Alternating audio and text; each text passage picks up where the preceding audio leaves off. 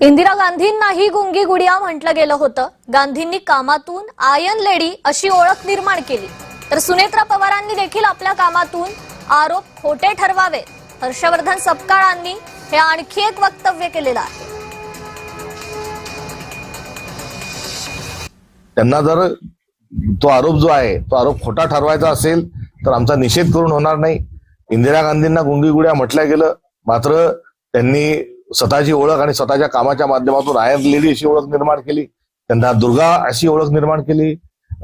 तशाच पद्धतीनं उपमुख्यमंत्री महोदयाने देखील स्वतःची ओळख तशा पद्धतीने निर्माण करावी, ही करता त्यांना शुभेच्छा आहेत। हा त्यांच्यासाठी असणारा हा अनुरोध आहे।